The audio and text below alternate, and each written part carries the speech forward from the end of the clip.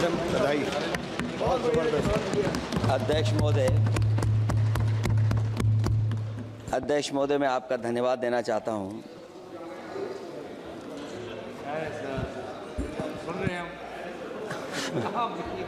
अध्यक्ष महोदय, मैं आपका धन्यवाद देना चाहता हूं।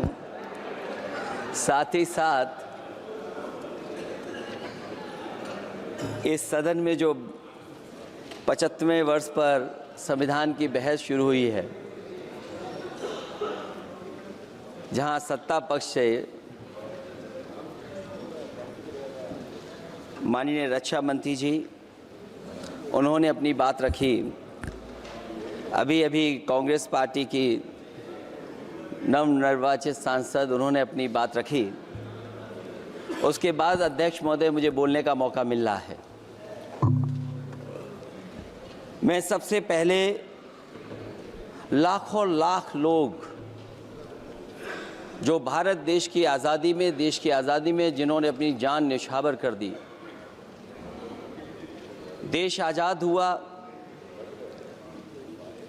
आज़ादी के बाद बाबा साहब भीमराव अंबेडकर जी और तमाम हमारे वरिष्ठ लोगों ने इस संविधान को देने का काम किया। मैं उनको याद करने के साथ साथ जो आज 13 तारीख जिस दिन हम आप सदन में बैठे हैं, एक ऐसी घटना घटी थी, अगर उस समय सुरक्षा कर्मियों ने अपनी सूझबूझ के साथ, बहादुरी और साहस के साथ अगर उन आतंकवादियों को मुकाबला न किया होता तो हमारे देश के बहुत सारे महत्वपूर्ण नेता जो उस समय सदन में थे, न जाने क्या परिस्थिति बनती। मैं उन बहादुर जिनकी जान गई उनका याद करता हूं, वहीं श्रद्धांजलि भी देता हूं। मैं इस संविधान की चर्चा पे जहां खड़ा हुआ हूं, मैं बाबा भीमराव अंबेडकर जी उनको श्रद्धांजलि अर्पित करते हुए जिन्होंने संविधान को देने का काम किया। हमारा संविधान जो तैयार हुआ है, उनकी प्रबुद्ध दृष्टि का परिणाम है कि हमारे पास न्याय, स्वतंत्रता, समानता और बंधुत्व के सिद्धांतों पर आधारित एक महान संविधान हमें मिला है। भारत राज्यों का एक संघ है और हमें विविधता में एकता पर गर्व है। ये हमारा संविधान ही है जिसने भाषाई, क्षेत्रीय, धार्मिक और जातीय विविधता वाले हमारे देश को एक साथ रखा है। ये संविधान डॉक्टर अंबेडकर जी ने कहा था कि संविधान की सफलता इस पर निर्भर करेगी कि हम उसके अनुसार कैसे काम करते हैं। ये देखना है, विधायिका, कार्यपालिका और न्यायपालिका की जिम्मेदारी है कि इस महान देश का शासन हमारे संविधान में निहित उच्च सिद्धांतों के अनुसार चलाया जाए। डॉक्टर अंबेडकर ने कहा था, मैंने तो संविधान निर्माण का दायित्व बहिष्कृत वंचित वर्गों को अधिकार दिलाने के लिया है। ये वही संविधान है जो समय समय पर हमारा रक्षा कवच बनता है। अध्यक्ष महोदय, ये संविधान हमारी ढाल है, संविधान हमारी सुरक्षा है, संविधान हमें समय समय पर शक्ति देता है। संविधान ही देश की 90% शोषित, उपेक्षित, पीड़ित, वंचित जनता के अधिकारों का सच्चा संरक्षक है। ये संविधान ही हमारा बड़ा मददगार है। इसलिए ये हमारे जैसे लोग और देश के कमज़ोर लोगों के लिए और खासकर पीढ़ी के लिए संविधान की रक्षा जन्म मरण का विषय है। संविधान ही लोकतंत्र की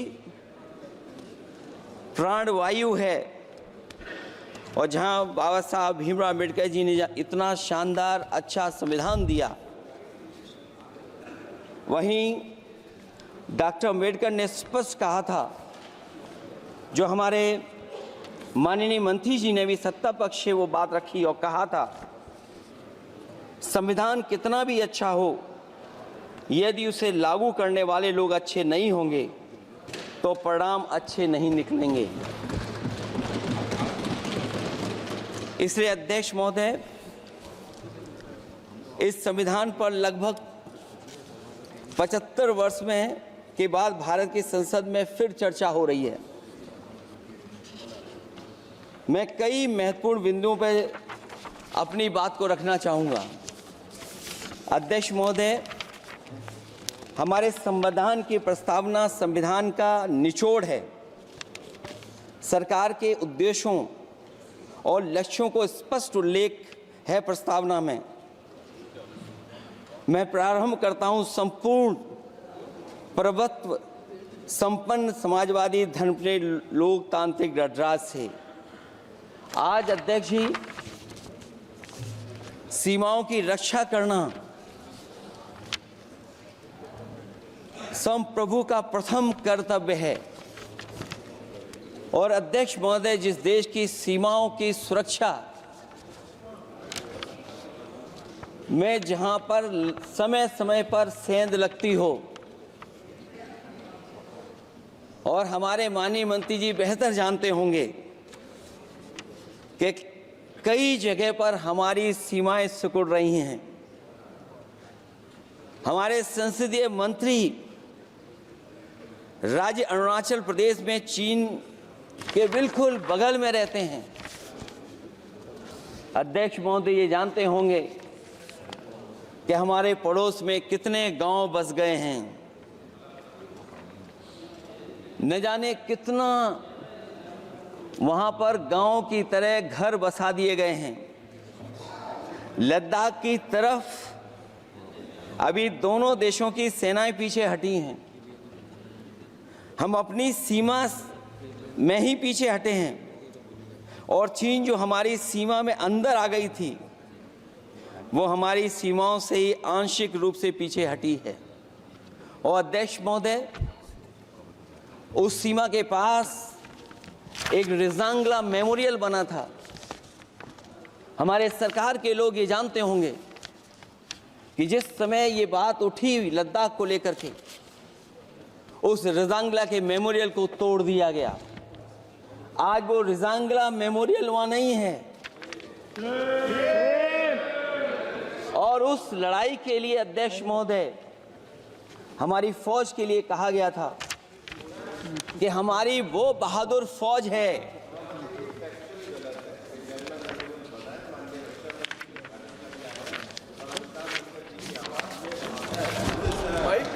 अध्यक्ष महोदय, यही तो फर्क है। कहां पर था, कहां पर बना अब। और अध्यक्ष महोदय, मैं सरकार को बताना चाहता हूं, अध्यक्ष जी, मंत्री जानते होंगे, मंत्री जी, केवल 12 किलोमीटर सड़क बनी थी,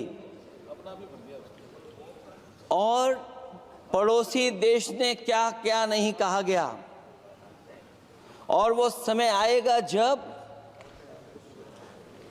हमें मानसरोवर और कैलाश पर्वत पे जाने के लिए भी वो देश हमें रोकने लगेगा। तो हमारी आज 75 साल बाद सीमाएं कितनी सुरक्षित हैं। क्या लद्दाख की वो फिंगर्स जहां पर हम पहले थे, क्या हमारी फौज वहीं खड़ी है कि नहीं खड़ी है? अगर आप रिजांगला मेमोरियल जानते होंगे, तो लद्दाख की वो सीमाएं जो हमारे देश के अंदर थी, क्या हमारी सीमा वहां तक है कि नहीं है? आज नहीं है। ये देश समाजवादी गणराज्य बने। समाजवाद का सरल शब्दों में अर्थ है कि समता और संपन्नता हो। लेकिन देश में अध्यक्ष महोदय 2014 के बाद विषमता जिस तेजी के साथ बढ़ी है, उसकी कल्पना भी नहीं की जा सकती है।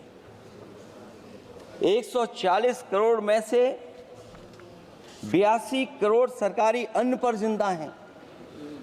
अध्यक्ष महोदय, जो देश को ये कहते हो कि हम दुनिया की सबसे तेज रफ्तार पे चलने वाली अर्थव्यवस्था बनने जा रहे हैं।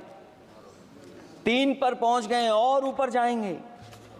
मैं सरकार से कहना चाहता हूं कि जब 82 करोड़ सरकारी अन्न पर जिंदा हैं और दूसरी तरफ देश की संपूर्ण संपत्ति के 2/3 हिस्से पर कुछ परिवारों का कब्जा है, अगर सरकार में ये बहादुरी और हिम्मत है तो इस 60% गरीबी के रेखा से नीचे रहने वाले लोगों की पर कैपिटा इनकम क्या है? अगर आपकी अर्थव्यवस्था ऊंचाई पर जा रही है तो हमारे जो गरीब लोग हैं, जो 60% गरीब लोग हैं, उनकी पर कैपिटा इनकम क्या है? और जहां समय समय पर सरकार अपने आंकड़े देती है, कम से कम ये आंकड़े भी दे दे कि गरीबी रेखा पर जो नीचे रहने वाले लोग हैं उनकी पर कैपिटा इनकम क्या है।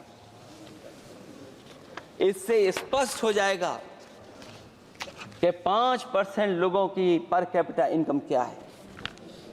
हमारा प्रेमबली कहता है कि धर्म निरपेक्ष गणराज्य बने, राज्य की निगाह में सभी धर्म समान हैं। हमारा सेकुलरिज्म हमें रिलीजियस इक्वलिटी का रास्ता दिखाता है। यही ना अर्थ इसका है। क्या इस पर सरकार अमल कर रही है? देश के 20 करोड़ से ज़्यादा अल्पसंख्यकों के, विशेषकर मुसलमानों को दूसरे दर्जे का नागरिक बना देने का प्रयास चल रहा है। उन पर हो रहे अत्याचार प्रतिदिन बढ़ते जा रहे हैं। उनकी संपत्ति को लूटा जा रहा है, हत्याएं की जा रही हैं, घर तोड़े जा रहे हैं, उनके पूजा स्थलों पर कब्जा प्रशासन की मदद से किए जा रहे हैं। अगर ये धर्मनिरपेक्षता, तो धर्म शासित राज्य की क्या परिभाषा है? और हाल ही में हम लोगों ने अध्यक्ष महोदय उदाहरण देखा है कि किस तरीके से उत्तर प्रदेश में कई महत्वपूर्ण जगह पर इस तरह की घटनाएं जानबूझ करके की गई। मुझे याद है उस समय, जिस समय उत्तर प्रदेश का इलेक्शन चल रहा था, बहुत से लोगों को वोट डालने का अधिकार जिनको था, उनको अधिकार से रोका गया और जो लोग वोट डालने जा रहे थे उन्हें डराया धमकाया जा रहा था। ऐसे इंतजाम किए गए थे कि ये वोट डालने के लिए वोट बूथ तक न पहुंच पाए। वो तस्वीरें अध्यक्ष महोदय न केवल हम लोगों ने देखी, बल्कि पूरे देश और दुनिया ने देखी होंगी कि किस तरीके से उत्तर प्रदेश की सरकार के प्रशासन के इशारे पर एक पुलिस के अधिकारी ने महिलाओं को वोट से डालने से रोका और रिवॉल्वर दिखा करके कहा कि वोट डालने नहीं जाओगे। मैं उन बहादुर महिलाओं को बधाई देना चाहता हूं कि उन्होंने परवाह नहीं की और उन्होंने कहा कि इससे कुछ जान जाने वाली नहीं, अगर जान भी जाएगी तो हम वोट डाल करके आएंगे। क्या यही लोकतांत्रिक गणराज्य है? सच्चे लोकतंत्र में जनता श्रद्धापूर्वक मतदान के माध्यम से अपनी सरकार चुनती है। क्या हम सही अर्थों में लोकतांत्रिक व्यवस्था में जी रहे हैं, जहां सरकार मशीन और सरकारी मशीनरी के जरिए जहां चाहे अपनी सरकार बना लेती है, जनता के मत का कोई अर्थ नहीं रखे हैं, वह लोकतंत्र नहीं कहा जा सकता है। यह व्यवस्था जब तेजी से लोकतंत्र में तानाशाही की तरफ बढ़ रही है, हिटलर ने भी तो जनता द्वारा चुने जाने के बाद संविधान में संशोधन करके तानाशाही कायम कर दी थी। हमारी सरकार भी उसी के समांतर चलने का प्रयास कर रही है। प्रस्तावना में अध्यक्ष महोदय सामाजिक, आर्थिक और राजनीतिक न्याय दिलाने की बात है। अध्यक्ष महोदय, मैं जब सरकार की तरफ से माननीय मंत्री जी को सुन रहा था, उन्होंने जाति जनगणना को लेकर के कहा कि जाति जनगणना कराना चाहें तो करा लें। हम लोग तो उस पक्ष के धर लोग हैं, अगर आप करा सकते हैं तो आप कराइए। नहीं अध्यक्ष महोदय, जब कभी भी हम लोगों को मौका मिलेगा तो जाति जनगणना कराने का काम हम लोग करेंगे। सामाजिक न्याय समाज के अनुसूचित जाति, अनुसूचित जनजाति और अन्य पिछड़े वर्गों को न्याय दिलाने का बड़ा अस्त्र आरक्षण था, उसे समाप्त कर दिया गया है। आउटसोर्सिंग और कॉन्ट्रैक्ट बेसिस पर थोड़ी बहुत नौकरियां जो दी जा रही हैं, उनमें दलितों और पिछड़ों का कोई आरक्षण नहीं है। शिक्षण संस्थाओं और विश्वविद्यालय में प्रोफेसर्स और वाइस चांसलर के चयन के समय इनके आगे लिख दिया जाता है, एक नया शब्द का इजाद हुआ, NFS, नॉट फाउंड सुटेबल। सरकारी उपक्रम भेज दिए, प्राइवेट उपक्रमों में कोई आरक्षण नहीं है। अध्यक्ष महोदय, शिक्षा मंत्री जी सूची जारी करें, और अगर ये बात कहीं भी गलत है तो शिक्षा मंत्री जी सूची जारी कर दें। देश के सभी केंद्रीय विश्वविद्यालयों के वाइस चांसलर की ओर प्रोफेसर्स की एक, मैं तो कहूंगा अध्यक्ष महोदय कि शिक्षा मंत्री जी अगर ये सूची जारी कर दें कि जितनी भी सेंट्रल यूनिवर्सिटीज़ हैं और उनके माध्यम से जितने भी प्रोफेसर्स का अपॉइंटमेंट हुआ है, सब बात साफ हो जाएगी। आप केवल देश के 10% लोगों को ही ख्याल रख रहे हैं, बाकी 90% लोगों का आप ख्याल नहीं रख पा रहे हैं। और जाति जनगणना कभी जाति में भेदभाव नहीं बढ़ाएगा अध्यक्ष महोदय। जाति जनगणना जातियों के बीच दूरियां कम करेगा और तमाम हमारे ऐसे समाज के लोग जिनको न्याय नहीं मिला, जिनको अधिकार नहीं मिला है, अध्यक्ष महोदय कम से कम जाति जनगणना के बाद उन्हें अधिकार और सम्मान दिलाने का काम भी हो सकेगा। इसलिए हम इसके पक्ष में हैं। आर्थिक न्याय के बगैर न सामाजिक न्याय मिल सकता है और न राजनीतिक न्याय मिल सकता है। गरीबी का नाजायज लाभ उठाकर धन्ना सेठों की सरकार चुनाव में पैसा बांटकर राजनीतिक न्याय का भी अपहरण कर लेती है। कर्ज में डूबी बड़ी आबादी महाजन के दबाव में अपनी इच्छा के खिलाफ वोट देने को विवश हो जाती है। चुनाव में सत्ताधारी दलों द्वारा पैसे की भरमार के चलते कोई सामान्य कार्यकर्ता चुनाव नहीं लड़ पा रहा है। बड़े पैमाने पर धनवान चुनकर आ जाते हैं। पैसे के बल पर जब तक आर्थिक विषमता समाप्त नहीं होती, लोगों को राजनीतिक न्याय मिल नहीं सकेगा। प्रस्तावों में आगे जो लक्ष्य है, विचार, व्यक्ति, विश्वास, पंथ और उपासना की स्वतंत्रता, अन्याय के खिलाफ विचार व्यक्त करने पर जेल, अभिव्यक्ति की स्वतंत्रता का अर्थ है देशद्रोह। अगर भाजपा के मत के नहीं हैं, दूसरे धर्म के हैं तो प्रताड़ना के हकदार हैं। और अब तो उपासना करने पर भी दिक्कत है, क्योंकि हर मस्जिद के नीचे मंदिर खोजने वाले तत्व इस देश को शांति से रखना ही नहीं चाहते हैं। उन्हें कानून की कोई परवाह नहीं है। मैं इस मौके पर धन्यवाद देना चाहता हूं। सुप्रीम कोर्ट का कम से कम वो फैसला आया है जहां कुछ दिनों के लिए ये पाबंदी लगाई गई। व्यक्तियों की गरिमा और देश की एकता और अखंडता को सुनिश्चित करने वाली बंधुता, ये विभाजनकारी नीतियां संविधान की प्रस्तावना के उस उद्देश्य से जरा भी मेल नहीं खाती है। व्यक्ति की गरिमा लिंचिंग से धूल दूषित हो चुकी है। उद्योगपति सरकारी आतंक से परेशान हैं, होकर के अपनी पूंजी समेटकर देश छोड़ गए हैं और लगातार जा रहे हैं। अध्यक्ष महोदय, आज़ादी के बाद उद्योगपति कभी इतने भारत छोड़ करके नहीं गए होंगे, देश छोड़ के नहीं गए होंगे जितने इनकी सरकार में चले गए हैं।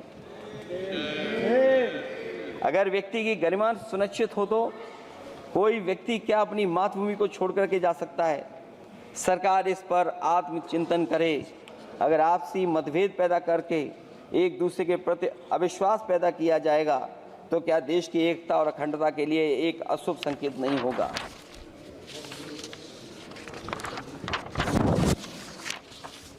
अध्यक्ष महोदय,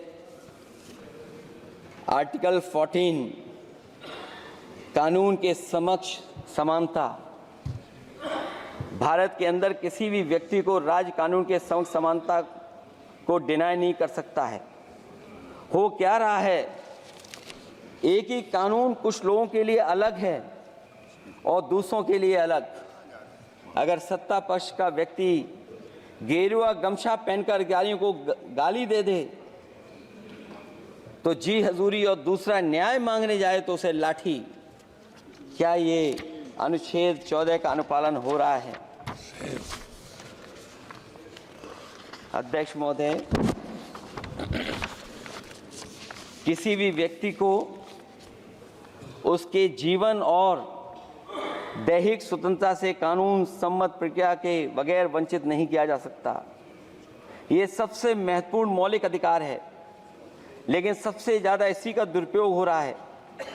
फर्जी मुठभेड़ में हत्याएं, जेल के अंदर हत्याएं और पुलिस अफरीक्षा में हत्याएं। आदमी कहीं भी सुरक्षित नहीं है। ईडी का तो ऐसा कानून बना दिया गया है कि बिना एफआईआर, बिना नोटिस किसी को भी बंद कर दो। लोकतंत्र फासिज्म में बदल रहा है। और अध्यक्ष महोदय, क्योंकि उत्तर प्रदेश की चर्चा सत्ता पक्ष से भी हुई, जो हालात उत्तर प्रदेश में हैं, ऐसे हालात कभी किसी ने पहले नहीं देखे।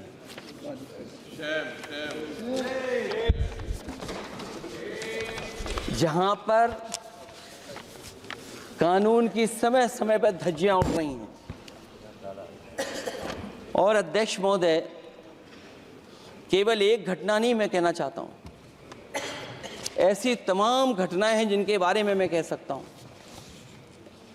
आज़ादी के बाद अगर हम 75वें वर्ष में इस बात पर चर्चा करें संविधान पर, और आए दिन लोगों को न्याय मांगने के लिए आत्मदाह करना पड़े, तहसील हो वहां पे आत्मदाह, जिलाधिकारी हो वहां पे आत्मदाह, न्याय मांगने के लिए अगर मुख्यमंत्री आवास में जाना पड़े वहां पे आत्मदाह। सोचिए हम किस दिशा में जा रहे हैं। और अध्यक्ष महोदय, किसने नहीं देखा कि टीवी पे चलते हुए लोगों की जान ले ली गई? लाइव देखा है सबने। ये कहां का न्याय है? न केवल वो, बल्कि पता नहीं अध्यक्ष महोदय, हमारा प्रदेश कस्टोडियल डेथ में सबसे आगे जा रहा है, महिलाओं के उत्पीड़न में सबसे आगे जा रहा है। ये मैं नहीं कह रहा हूं, अध्यक्ष महोदय, ये सरकार के आंकड़े बता रहे हैं। और न केवल इन चीजों में आगे जा रहा है, बल्कि आजकल जो नए जमाने का डिजिटल इंडिया है, अगर साइबर अपराधों में सबसे आगे कोई प्रदेश दिखाई दे रहा है तो वो उत्तर प्रदेश दिखाई दे रहा है। ये अलग बात है अध्यक्ष महोदय कि कभी कभी जो डबल इंजन की सरकार चलने वाले जो दावा करते थे, पहले इंजन टकराते थे, अब तो डब्बे भी टकराने लगे हैं। Double engine single driver. और होड़ लगी हुई है कि कभी किसी ने दिल्ली का रास्ता किसी माध्यम से अपनाया था, उसी रास्ते पे चल करके आगे बढ़ना चाहते हैं। इससे खराब इस लोकतंत्र में और क्या हो सकता है? जिन लोगों ने ये कहा हो कि हम नौकरियां दे देंगे, आज नौकरियां कहां हैं? रोजगार कहां हैं? और अध्यक्ष महोदय, अगर वादा किया जाए नौकरी और रोजगार का, इन्वेस्टमेंट का, और सपने बड़े दिखाए जाएं, ये बात मैं इसलिए कह रहा हूं कि माननीय मंत्री जी भी उसी प्रदेश से आते हैं, प्रधानमंत्री जी भी उसी प्रदेश से आते हैं। आज कई मायनों में, कई आंकड़ों में उत्तर प्रदेश पीछे दिखाई दे रहा है। जहां रोजगार के सवाल पर जो सरकारी नौकरियां इसलिए नहीं क्योंकि आरक्षण न देना पड़ जाए, इसे सरकारी नौकरियां नहीं हैं। आए दिन पेपर आउट, पेपर लीक, न केवल पेपर लीक है बल्कि जानबूझ करके पेपर लीक कराया जाता है जिससे कि परीक्षा रद्द की जा सके। और जो अग्निवीर वाला सवाल था वो आज भी वैसा ही का वैसा है। हम लोग अग्निवीर वाली व्यवस्था कभी स्वीकार नहीं कर सकते हैं। जो पहले भर्ती जैसी होती थी अध्यक्ष महोदय, अगर वैसी ही भर्ती होगी तो हमारी सीमाएं और सुरक्षित होंगी, हमारे और नौजवान जाकर के देश की असली पक्की वर्दी पहनने का काम करेंगे। ये अध्यक्ष महोदय कैसी चर्चा संविधान की जो है बिना प्रधान की।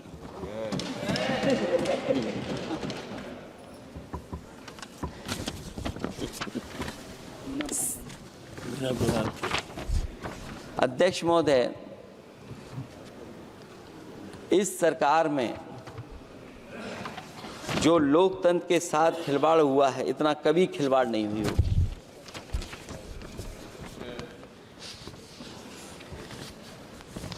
संविधान को परतंत्र बनाकर जो लोग राज करना चाहते हैं, उनके लिए आज़ादी का अमृतकाल सिर्फ एक जुमला है।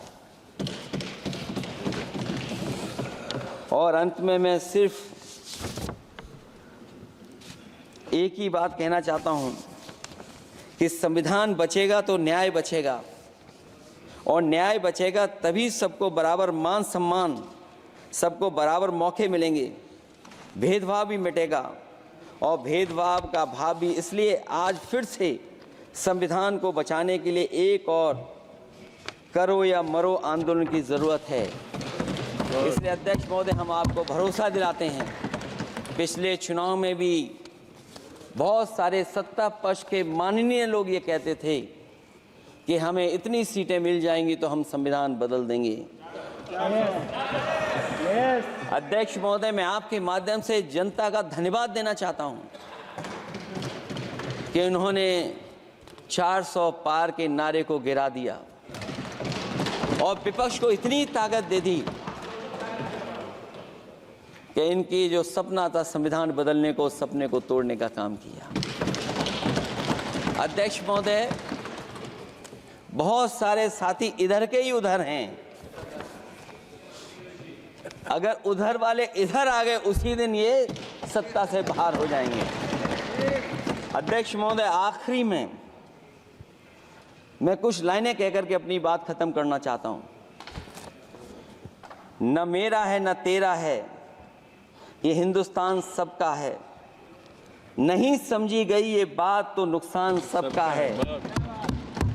हजारों रास्ते खोजे गए उस तक पहुंचने के, मगर पहुंचे हुए ये कह गए भगवान सबका है। जो इसमें मिल गई नदियां वो दिखाई नहीं देती महासागर बनाने में, मगर एहसान सबका है। अनेकों रंग खुशबू नस्ल के फल फूल पौधे हैं, मगर उपवन की इज्जत आबरू ईमान सबका है। हमें उम्मीद है कि इस चर्चा के बाद बाबा साहब भीमराव अम्बेडकर जी का दिया हुआ संविधान को बदलने का सपना नहीं देखा जाएगा। साथ ही साथ डॉक्टर राममनोहर लोहिया, जिन्होंने समाजवादी आंदोलन का रास्ता दिखाया, नेताजी ने जो संघर्ष कर करके हम लोगों को उस जगह पहुंचाया, वहीं लोकनायक जयप्रकाश जी ने इस देश को आगे बढ़ाने के लिए समय समय पर संपूर्ण क्रांति का आह्वान देकर के जागरूक किया। मैं उन सबको याद करते हुए एक बार फिर अध्यक्ष जी आपका बहुत बहुत धन्यवाद देता हूँ। श्री कल्याण बनर्जी।